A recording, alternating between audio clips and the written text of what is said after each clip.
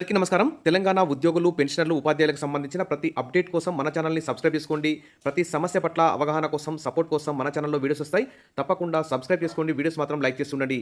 ఇక వివరణకెళ్తే తెలంగాణ సీఎం రేవంత్ రెడ్డి ఉద్యోగులకు సంక్రాంతి కానుకైతే ప్రకటించారు. ఇక ఉద్యోగులతో చాలా ఆప్యాయంగా ముచ్చటిస్తూ ఈ కీలక ప్రకటన అయితే సీఎం రేవంత్ రెడ్డి స్వయంగా ప్రకటించడం జరిగింది.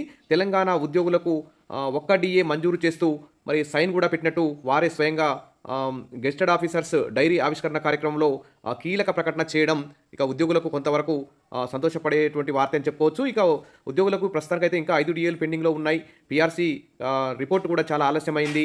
పెండింగ్ బిల్స్ ఉన్నాయి. ప్రతి నెల 700 కోట్లు విడుదల చేస్తున్నా కానీ అలా విడుదల చేసుకుంటూ పోతే అసలు ఎన్ని రోజులైనా ఆ పెండింగ్ బిల్స్ అనేవి కంప్లీట్ అయ్యే అవకాశం అయితే లేదు. కాబట్టి ఏదో కొంతవరకు అయితే ఉద్యోగులను సంతృప్తి పరుచుకుంటూ ప్రభుత్వం అయితే ముందుకెళ్తుంది. విషయాలన్నింటినీ కూడా ఆప్యాయంగా ఉద్యోగుల సంఘాలతో చాలా ఆప్యాయంగా మాట్లాడుతూ ఈ విధంగా కీలక ప్రకటన చేయడం, ఒక సంక్రాంతి కానుక ప్రకటించడం నిజంగా సంతోషించదగ్గ విషయం. ఇంకా ఉద్యోగులే మా సారథులు, వారధులు అంటూ రేవంత్ రెడ్డి కీలక ప్రకటన చేశారు. ఉద్యోగుల సమస్యలు పరిష్కరిస్తామంటూ సీఎం గారు చెప్పారు. ఉద్యోగులు పనిచేస్తేనే ప్రభుత్వం నడుస్తుంది, రాష్ట్రాన్ని నడిపించేది 10 లక్షల ఉద్యోగులే అంటూ రేవంత్ రెడ్డి ఉద్యోగుల మీద నమ్మకాన్ని అయితే ఇక్కడ ప్రకటించడం ఉద్యోగుల ఆత్మవిశ్వాసాన్ని పెంపొందించేటువంటి మాటని చెప్పుకోవచ్చు. ఇక ఉద్యోగుల డీఏ ఫైల్పై సంతకం చేశా అంటూ రేవంత్ రెడ్డి ఒక ఆప్యాయంగా ఈ ప్రకటన అయితే చేశారు. కానీ ఇంకా ఉద్యోగులు మాత్రం కనీసం 3 డీఏలు ఇస్తే బాగుండేది అనేటువంటి ఆశలో ఉన్నారు. మరి వెంటనే ప్రభుత్వం కూడా మరి ఈ ఉగాది పండుగలోపు, అంటే ఈ బడ్జెట్ ప్రవేశపెట్టబోయే లోపు మిగిలిన డీఏలు మొత్తం క్లియర్ చేసి పీఆర్సీ రిపోర్ట్ తెప్పించుకొని దాదాపు 50% ఫిట్మెంట్ అయితే డిమాండ్ చేస్తున్నారు ఉద్యోగ సంఘాలు. భారీ ఫిట్మెంట్తో మరి పీఆర్సీ కూడా ఇచ్చే విధంగా సీఎం రేవంత్ రెడ్డి గారు ముందుకు పోతారని చెప్పి ఆశిస్తున్నారు. ఎందుకంటే లక్షల కోట్లు ఖర్చు పెట్టి అనేక సంక్షేమ పథకాలను సక్సెస్ చేసుకుంటూ వస్తున్నటువంటి సీఎం రేవంత్ రెడ్డి గారు మరి ఉద్యోగుల సంక్షేమానికి కూడా కొంతవరకు కట్టుబడి ఉన్నట్టు ఇక్కడ మనకు కనిపిస్తుంది.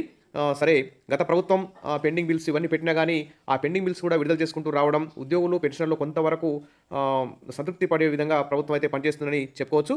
ఇక డైరీ 2026ను ఆవిష్కరించిన CM gazetted officers association diary ఆవిష్కరణ కార్యక్రమంలో ఈ డీఏ ప్రకటన చేయడం ఇది ఒక గుడ్ న్యూస్. గత ప్రభుత్వం ఇష్టానుసారంగా జిల్లాలను చేసింది, ప్రభుత్వంపై సంపూర్ణమైన విశ్వాసం పెట్టండి అంటూ ఉద్యోగులకి ఒక ప్రకటన చేశారు. గత ప్రభుత్వం అప్పులను మేము కడుతున్నాం, రిటైర్మెంట్ బెనిఫిట్స్ మీ హక్కు అంటూ పెన్షనర్లకు కూడా ఒక అనుకూలమైనటువంటి ఒక ప్రకటన అయితే చేశారు. ఇంకా ఉద్యోగులకు ప్రమాద బీమా 1 కోటి వరకు కల్పిస్తామని చెప్పేసి ఉత్తర్వులు కూడా జారీ చేస్తామని చెప్పారు. ఇప్పటి వరకు నేను సెలవు తీసుకోలేదు, రాష్ట్రం కోసం నేను కష్టపడుతున్నా, ఉద్యోగులే మా సారథులు, వారధులు, ఉద్యోగుల సమస్యలు పరిష్కరిస్తామంటూ ఇక్కడ రేవంత్ రెడ్డి ఉద్యోగులతో ఒక ఆప్యాయంగా ముచ్చటించడం ఇది ఒక గుడ్ న్యూస్ అని చెప్పవచ్చు. ఇక ప్రభుత్వ ఉద్యోగులకు సీఎం సంక్రాంతి కానుకగా సంక్రాంతి పండుగ సందర్భంగా ప్రభుత్వ ఉద్యోగులందరికీ 1 డీఏ చెల్లిస్తున్నట్టు సీఎం రేవంత్ రెడ్డి ప్రకటించారు. దీంతో ఇప్పుడున్న డీఏ మరో 3.64% పెరుగుతుంది. ఇది 2023 జూలై నుంచి ఈ పెంచిన డీఏ అమల్లోకి వస్తుంది. ఇక దీనికి సంబంధించిన ఉత్తర్వులు జారీ చేయాలని సీఎం అధికారులను కూడా ఆదేశించారు. ఈ డీఏ పెంపుతో ప్రభుత్వంపై 227 కోట్ల భారం పడుతుంది. అటు ఉద్యోగులకు ఈ 1 కోటి ప్రమాద బీమా ఇవ్వాలని కూడా నిర్ణయించామని సీఎం రేవంత్ రెడ్డి అయితే కీలక ప్రకటన చేయడం ఈ సంక్రాంతి కానుకనే చెప్పుకోవచ్చు. ఇక ఉద్యోగుల్లో అయితే ఆత్మవిశ్వాసాన్ని నింపే విధంగా సీఎం ప్రసంగం అయితే ఈ డైరీ ఆవిష్కరణ కార్యక్రమంలో కొనసాగింది. సరే, ఇదే విధంగా ముందు కూడా ఇక బడ్జెట్ త్వరలో ఫిబ్రవరి మార్చి ఫస్ట్ వీక్లో బడ్జెట్ ప్రవేశపెట్టబోతున్నారు. కాబట్టి ఆ బడ్జెట్లో ఉద్యోగుల యొక్క ఆర్థికేతర సమస్యలన్నింటినీ పరిష్కరిస్తారని చెప్పేసి ఉద్యోగులందరూ కూడా ఎదురు చూస్తున్నారు. సరే, ఏది ఏమైనా సంక్రాంతి కానుకగా 1 డీఏ ఇచ్చారు. ఇది గతంలో ఆల్రెడీ చెప్పిన డీఏ అనేది 6 నెలల తర్వాత డీఏ ఇస్తామన్నారు.